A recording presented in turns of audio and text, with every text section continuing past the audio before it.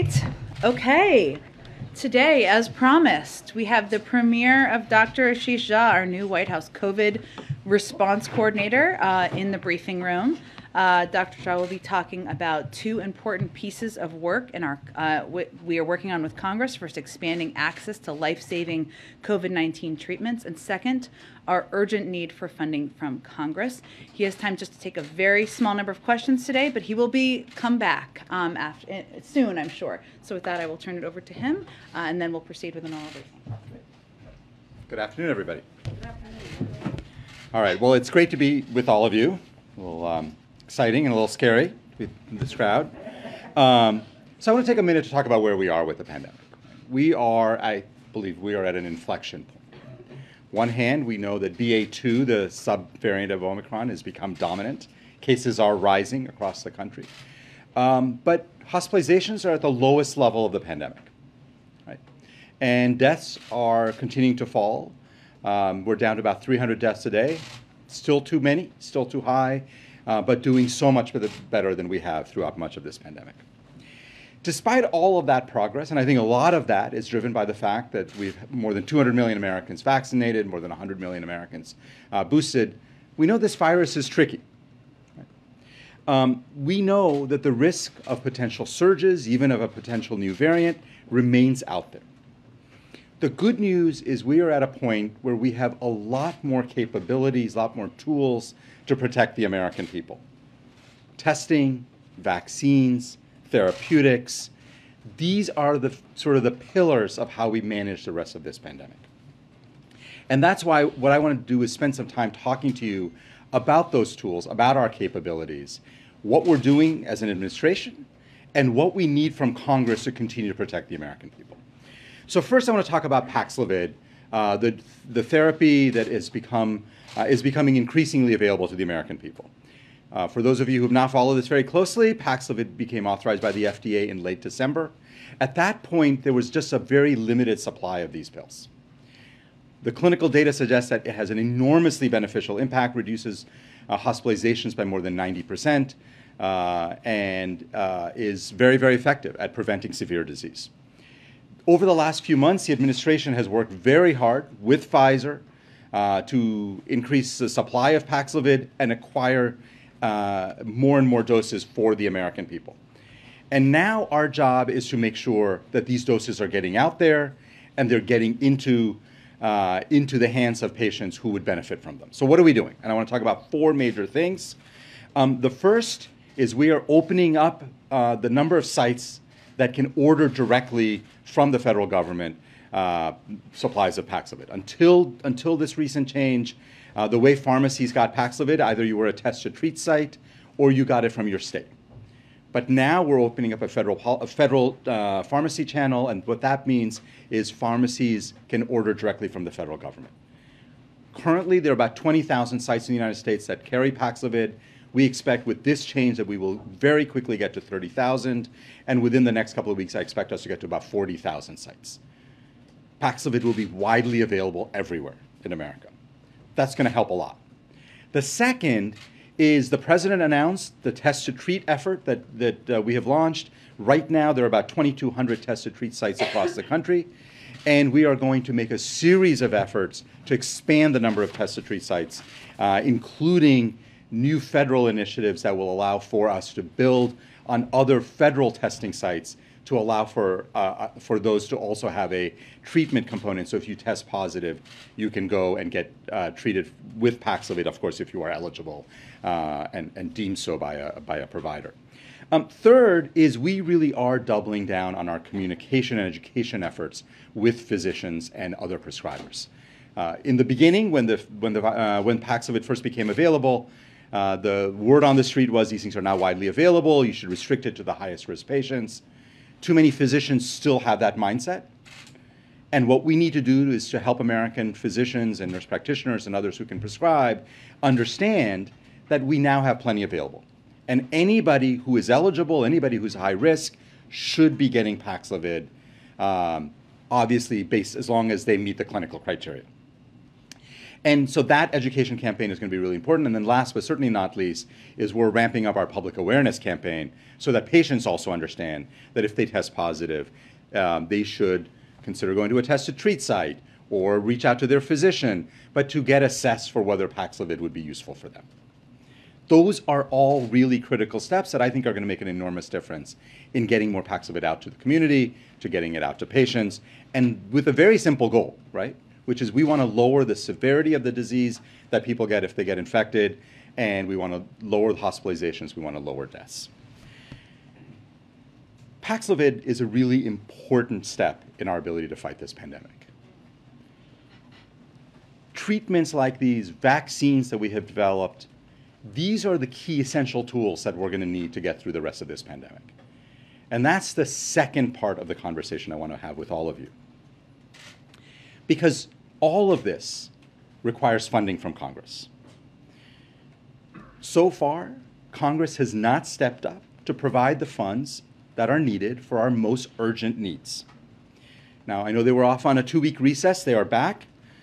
I'm looking forward to working with Congress, we all are, to get the funding needs of the American people met on this, on the issue of COVID and COVID treatments.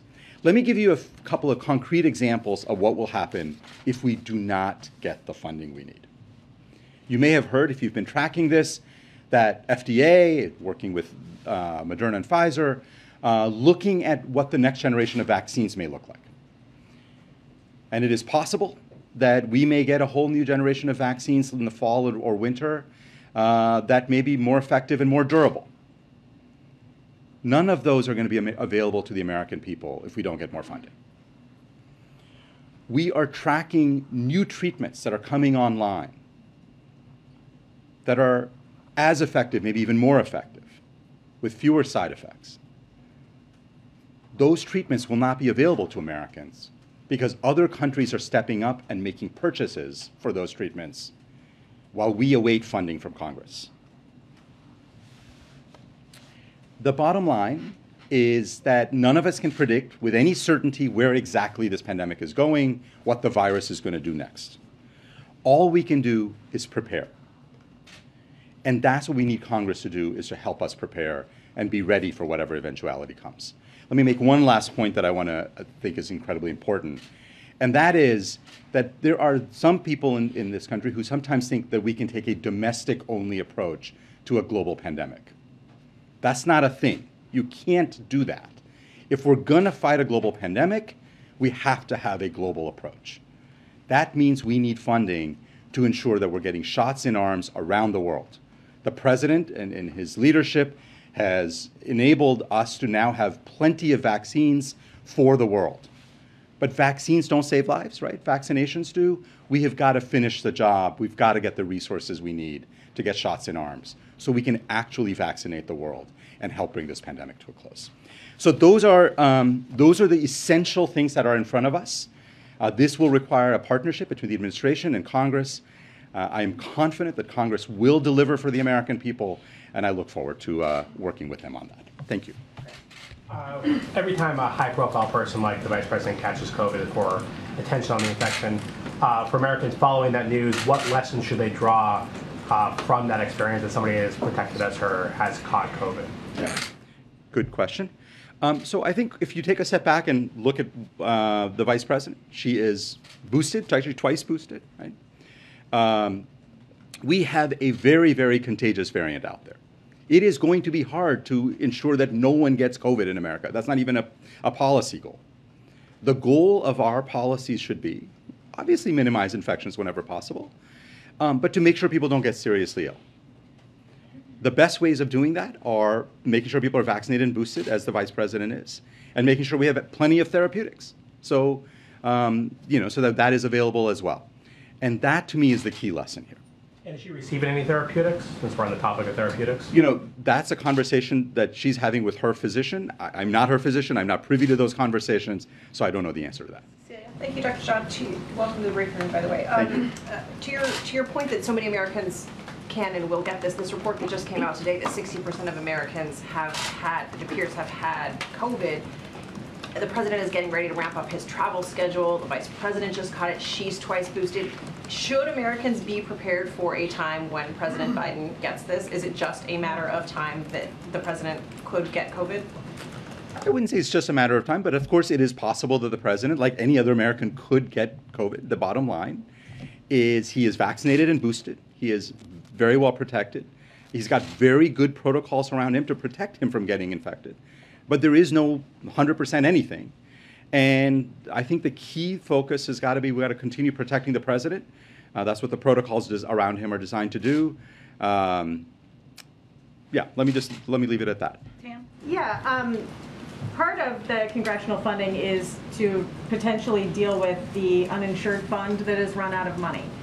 What does the uninsured fund not having any money in it mean for Paxlovid? Or if someone who's uninsured gets COVID right now, what does that mean for them? Yeah, so first of all, Paxlovid itself will be free, right? Because they have to see a doctor? but they have to see someone who can actually prescribe it for them. And this is one of the absolutely critical things in a pandemic, is that people need to be able to access healthcare. Turns out it's also critical not in a pandemic, right? Particularly in a pandemic with an infectious disease, it's really important that people be able to access healthcare services, get the care they need. It's good for them, it's good for people around them.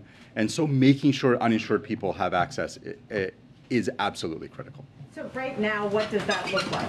If someone gets COVID and they're uninsured, are they able to get treatment? Are they able to get tests? Or does CVS just eat the cost? How does that work? So right now? I think right now, because we don't have the funding, there's a little bit of patchwork of what is happening. There are obviously places that serve uninsured people, community health centers, others people can get care. There are still people are still going to CVS and other places that still are offering those services, but that's not a sustainable solution, right? So right now we're in this kind of middle ground where people are still getting care, but over time, if Congress continues to not fund these urgent priorities, it's going to get harder and harder for people to access care. Kristen?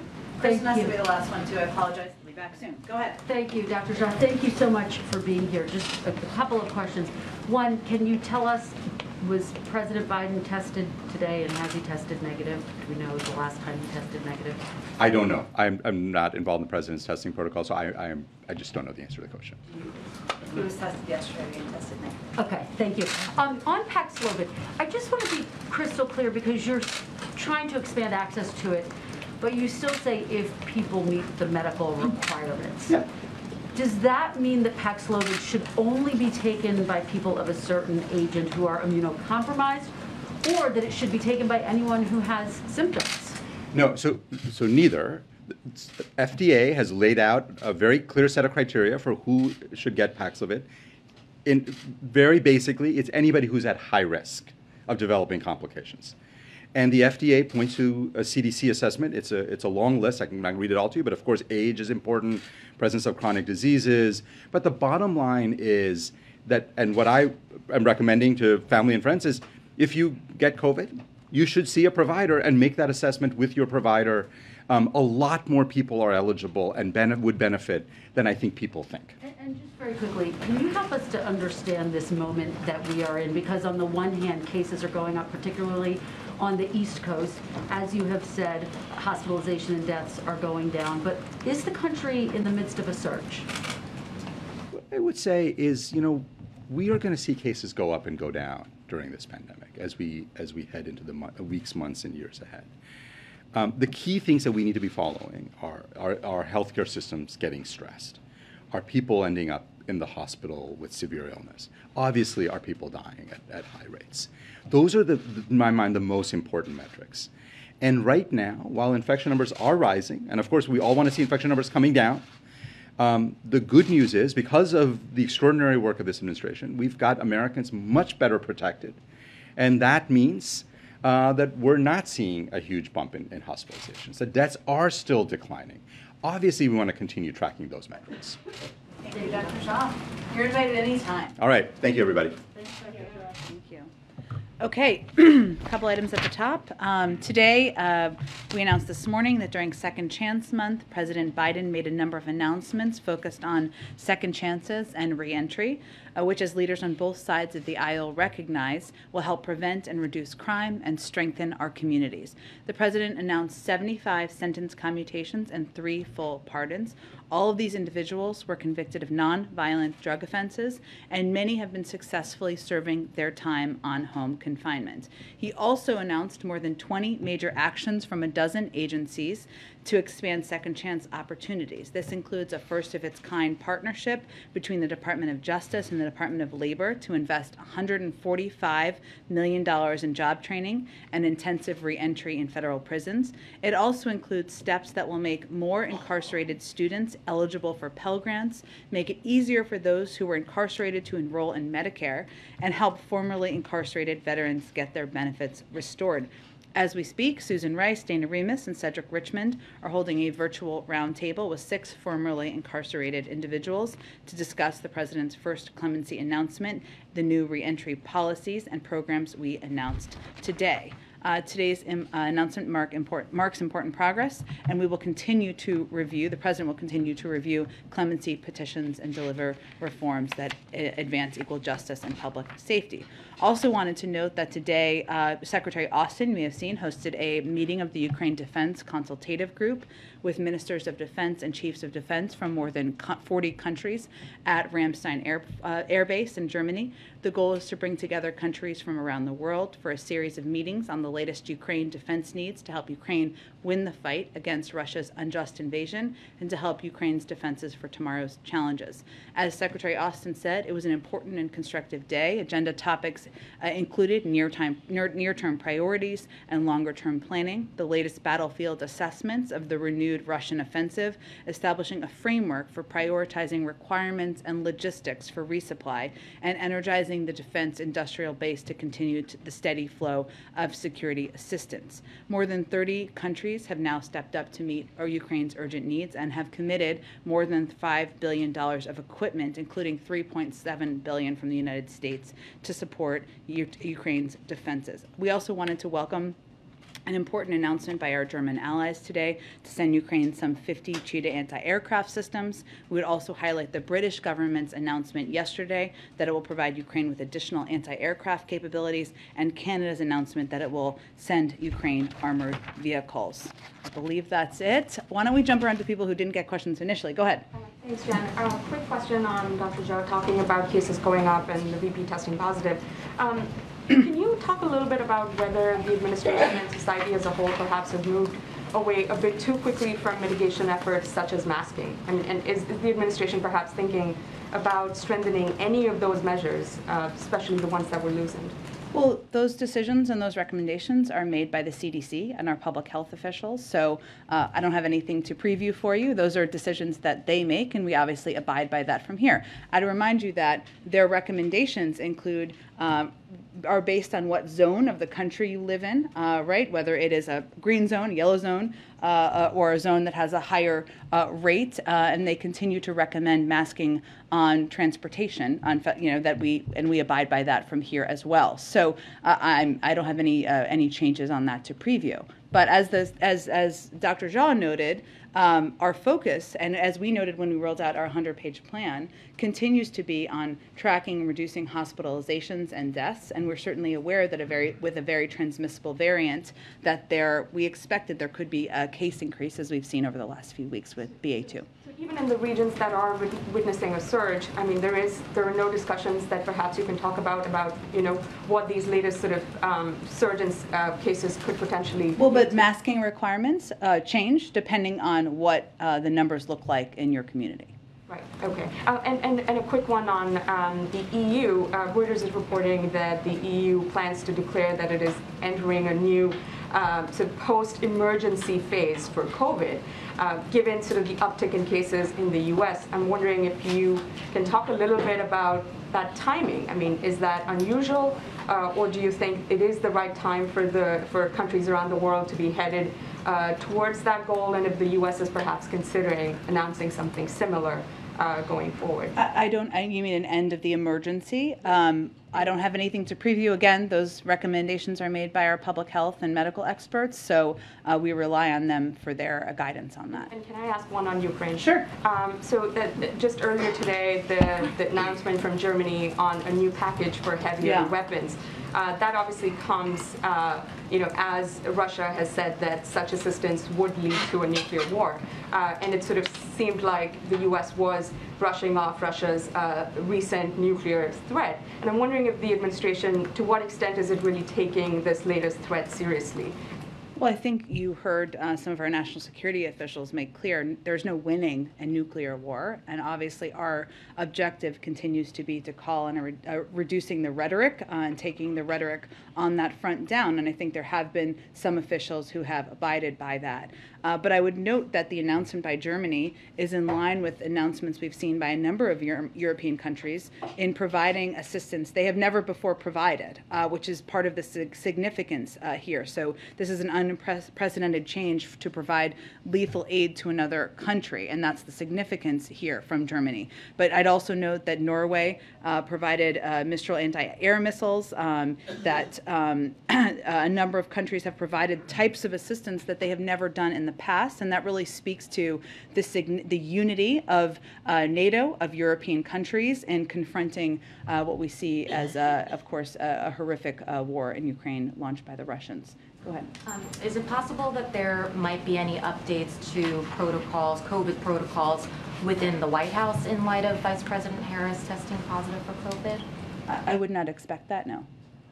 So there have been no discussions, and you don't expect that? Oh, I think it's important to remember that we have stringent protocols here that go over and above CDC recommendations, even as it relates to how long you stay at home if you test positive. So individuals who test positive for here, and I can speak to this 2 times over, there you go. You don't return to work until you have received a negative test. If that is before 10 days, you are still going to be masking. That is beyond what CDC protocols are. There's a regular testing cadence. Obviously, the Vice President was tested this morning because of that regular testing cadence. And for the rest of us, anyone who's going to be around the President, to travel with him, to see him in the Oval Office, is tested that day. And even if you're not going to see him, you're on a regular testing cadence around here.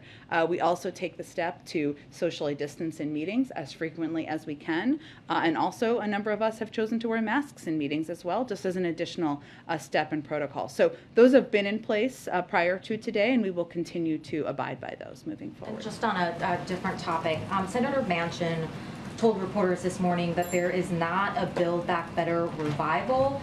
He said that social spending programs he believes should go through regular order, not through the reconciliation process. I wondered if you could explain, just from the White House's perspective, how you all are thinking about reconciliation versus regular order in terms of wanting to get done some of the president's top legislative priorities. Well, you've heard the president say many times that he believes that a lot of the objectives he has should be achievable through bipartisan work together.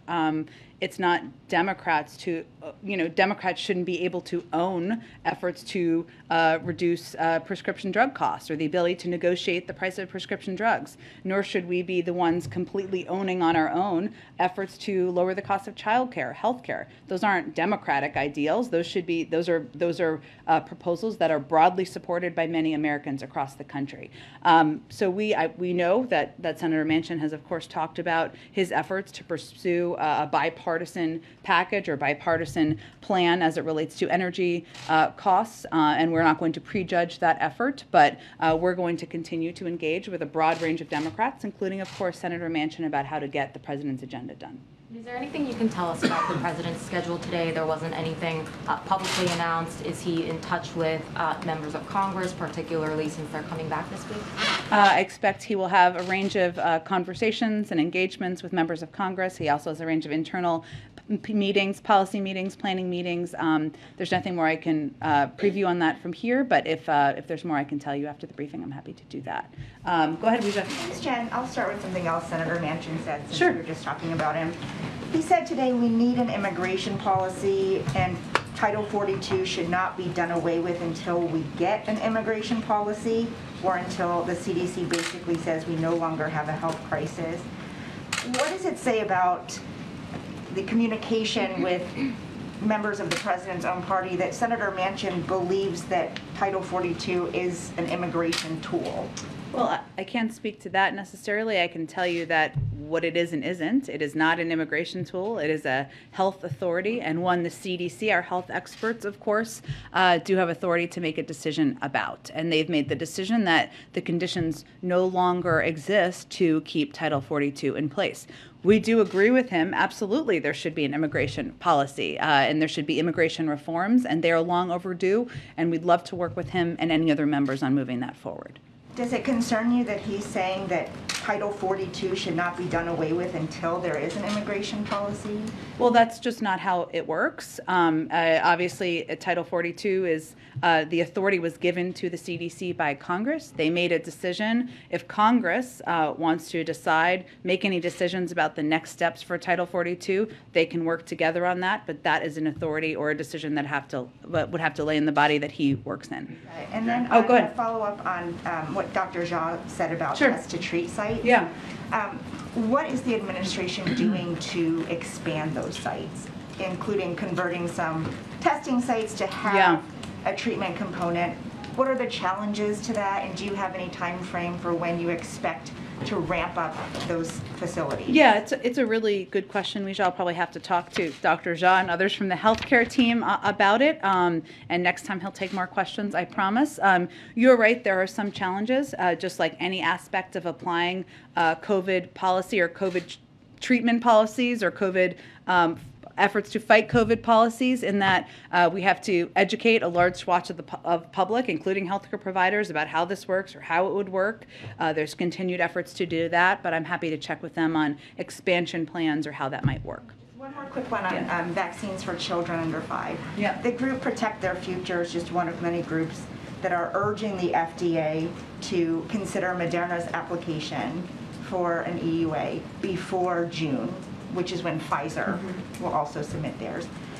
What is your response to these groups who are concerned that it appears the administration is doing Pfizer a favor by waiting to consider both Moderna and Pfizer at the same time, when Moderna's data is already ready for review by the end of this week?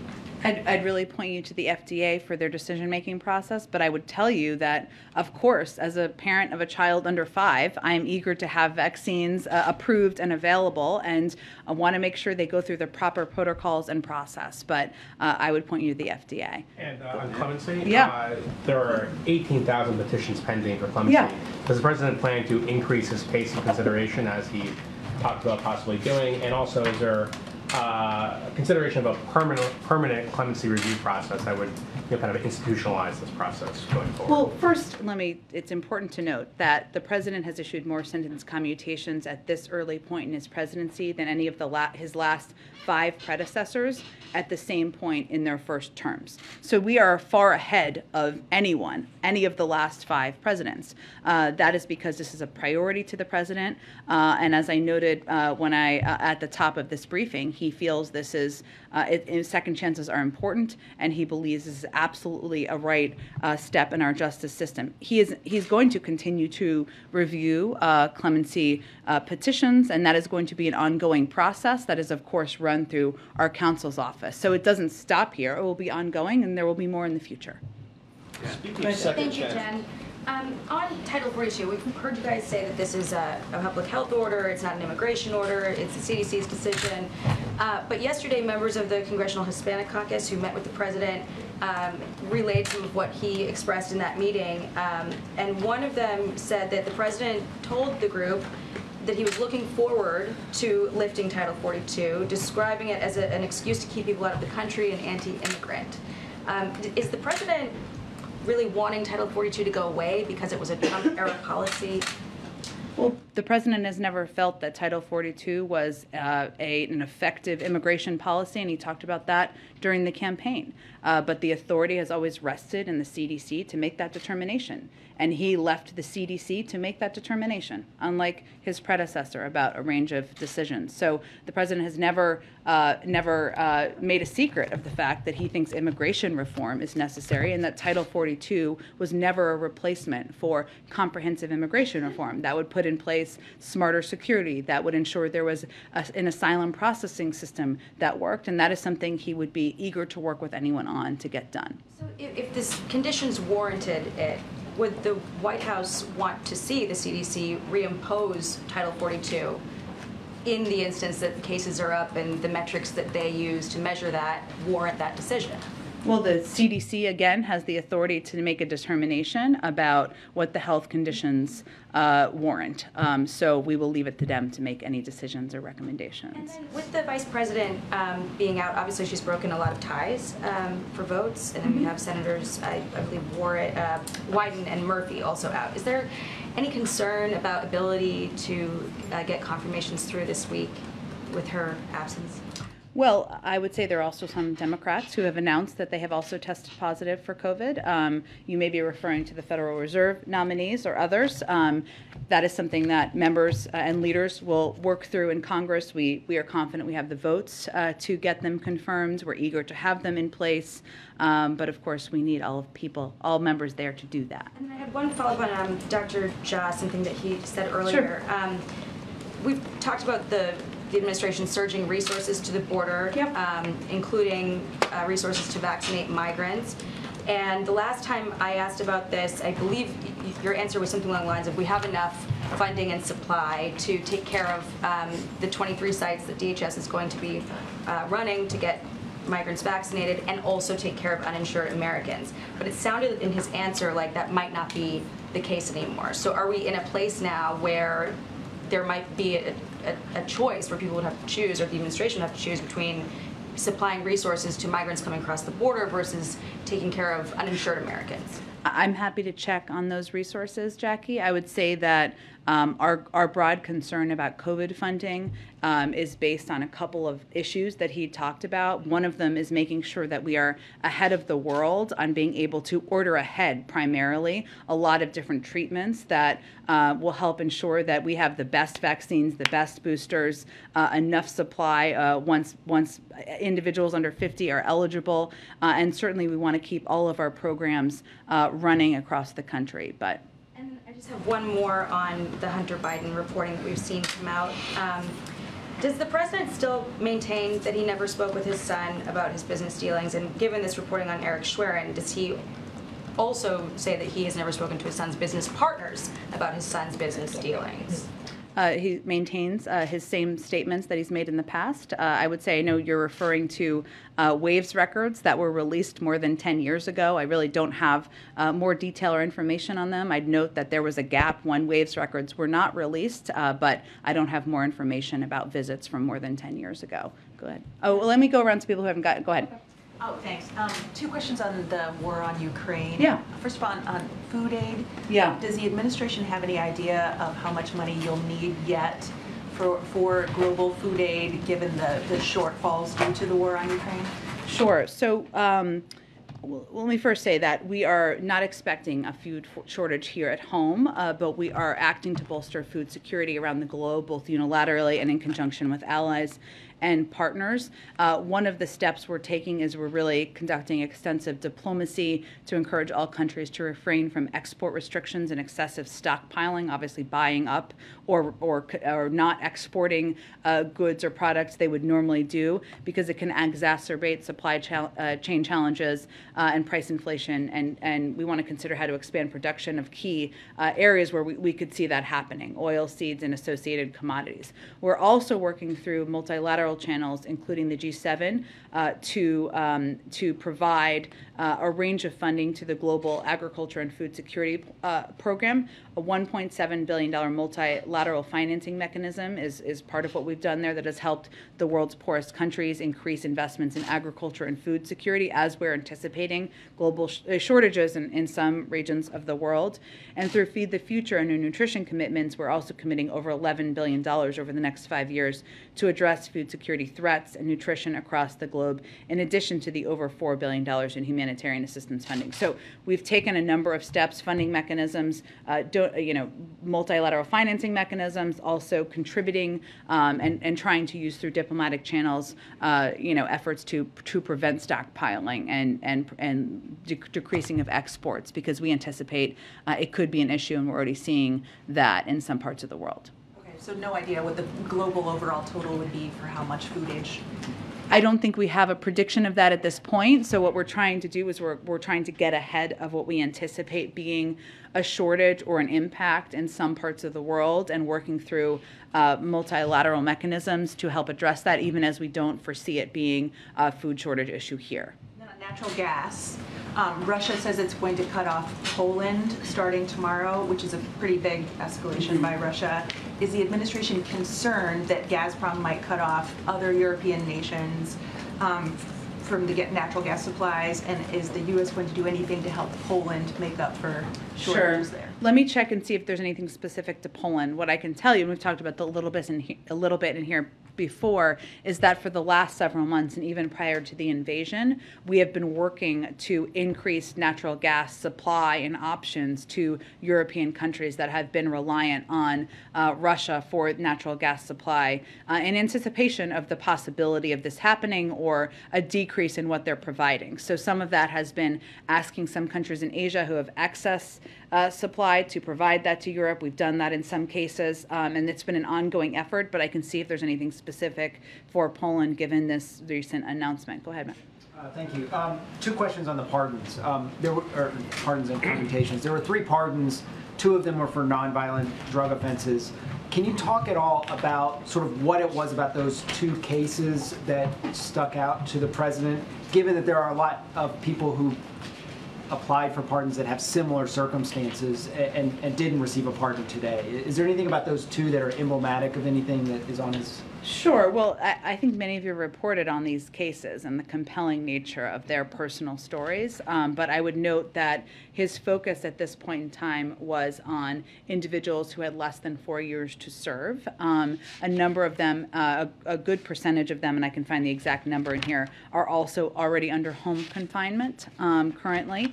And this is, again, just the first step, and he will continue to review clemency requests and petitions over the course of his presidency, and certainly in the coming months. And then, in addition, there's a large backlog of people who have applied for pardons and commutations. And given that, was there any denials in this first wave? Is he denying anybody a pardon or commutation? It's a good question. I'm happy to check with our counsel's office and see, or if it was just this was the first round that was granted through the process. Go ahead, Cheryl. 2 questions, Jen. First, following up on Dr. Shah, he said that he talked about global funding for the coronavirus pandemic. Yeah.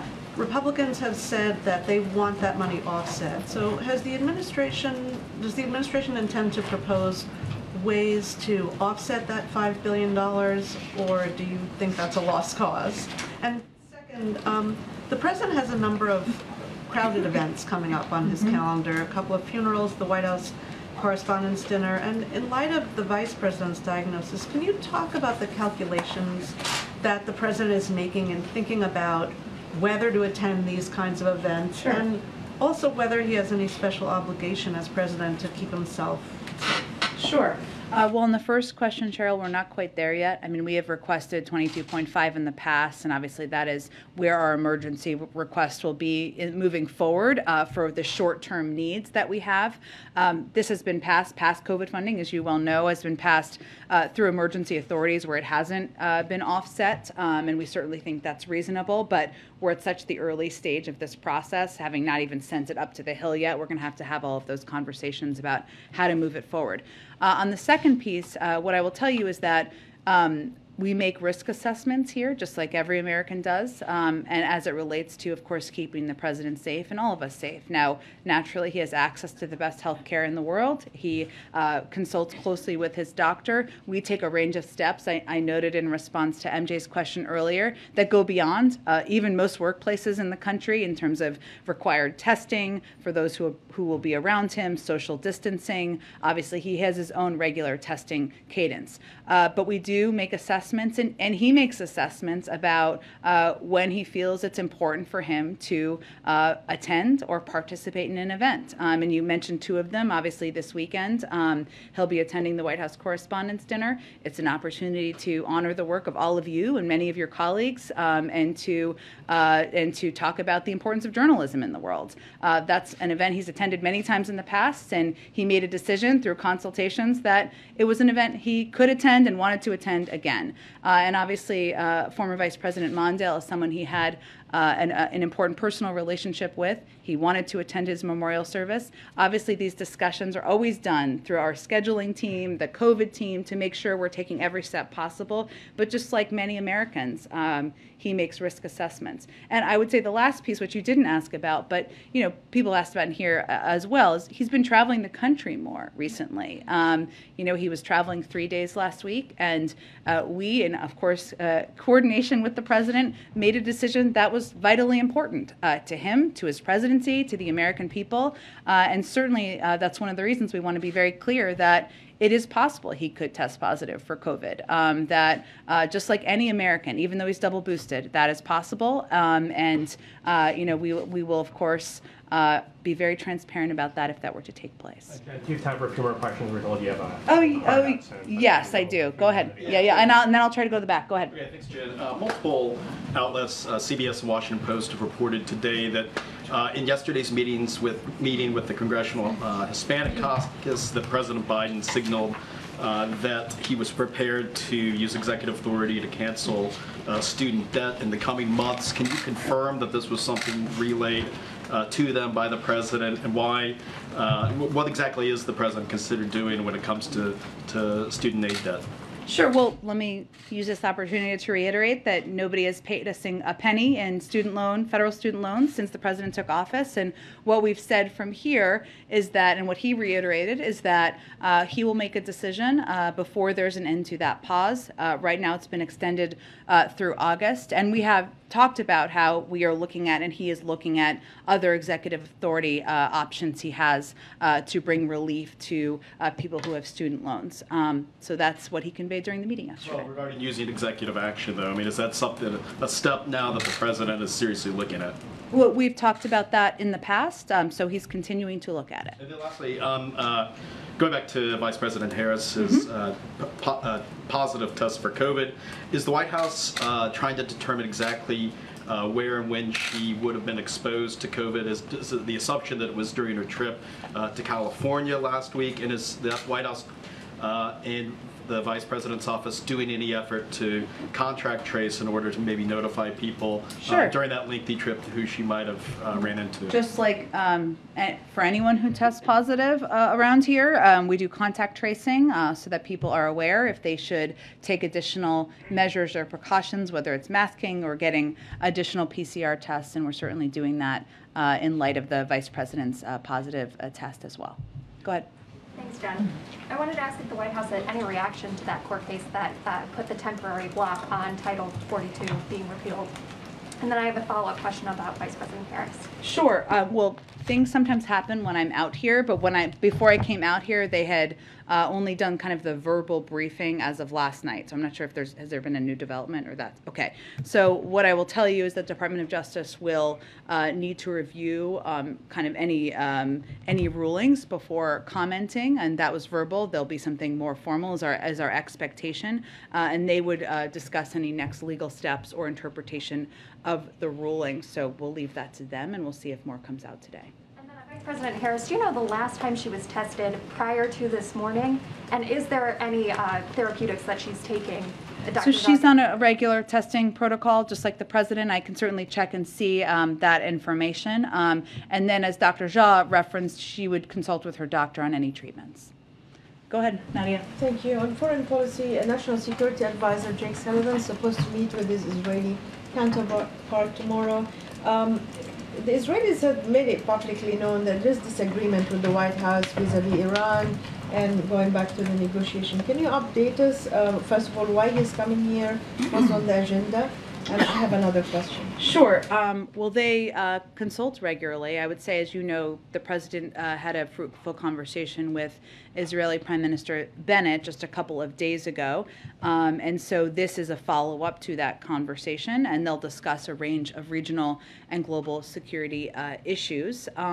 And part of that, you know, the president, when he spoke with Prime Minister Bennett, they also talked about a range of global and regional issues, and Prime Minister Bennett extended an invitation for him to visit Israel, which he accepted and will do. We don't have a date yet to announce. They also talked about the Iran nuclear deal negotiations, which we keep the Israelis briefed regularly on. So certainly that could be a part of this conversation as well. Also, Secretary Blinken this morning testified at the Senate Foreign Relations Committee. He said that breakout time for Iran is weeks away. He blamed the previous administration from withdrawing from the deal. Does this worry the White House that we're talking about 2 weeks that Iran could actually develop a nuclear weapon? Yes, it definitely worries us. I would say that if we go back, you know, under the Iran nuclear deal, Iran's nuclear program was tightly constrained and monitored by international inspectors. And since the Trump administration seized U.S. participation in the deal, Iran has rapidly accelerated its nuclear program and reduced cooperation with international inspectors in non-performance of Iran nuclear deal commitments. So as you noted, what Secretary Blinken said during his testimony this morning was that their breakout period is down from about a year, which is what we knew it was during the deal, to just a few weeks or less. And certainly that is a direct impact of pulling out of the nuclear deal, making us less safe, giving us less visibility, and it's one of the reasons we pursued a diplomatic path again when the president took office. Okay, April, last one. Okay, April, last one. Go ahead. Hi, Jen, 2 questions. Sure. Really fast. When it comes... Tomorrow's a new day. Go ahead, April. All right. Hello, this is April. I'm sorry. Jen, the 2 questions. On Haiti, what are the conversations? Can you shed light on the conversations about the Haitian immigration issue as Title 42 is set to end next month? And also, as the Vice President has tested positive for COVID, and it is in the realm of possibility as the President is traveling, if he gets COVID in this moment, what is the line of succession if both of them are very ill with COVID at this point? Well, technically, the Speaker of the House is the third in line, so I just there wanna you go. make sure. No, I'm just confirming that for you. It is true, as we've noted many times, it is possible the President could test positive. We will be very transparent with you. If that were to happen, he has access to the best health care in the world, and we believe, because of all of the precautions and steps we have taken, that he would be able to continue his duties as the Vice President is as well as Vice President. So I don't have any prediction of that at this point in time. In terms of your first question on Haiti, tell me a little bit more about what you mean. The way I understand that there has been a conversation, or various conversations, to include at the UN here, about how do you handle the Haitian migrant issue when Haitians are being sent back and then you're bringing other refugees in. And I'm hearing that there are conversations around the administration about how to handle once Title 42 ends. I would have to dig into this a little bit deeper. And as you know, there's TPS, right, that has been granted for a period of time. So that is something that Haitians who have been here at from a certain point in time have access to. Beyond that, our focus, though, is, of course, on continuing to be the largest provider of aid and assistance to Haiti, ensuring we can take steps there to lead in the world, encouraging other countries in the world to take steps as well. Beyond that, maybe we can talk after the briefing and I can find out a little bit more about what you mean. I will go to the back tomorrow first thing. Thank you so much, everyone. Jen, Americans continue to suffer on high gas prices, especially low-income Americans, Jen.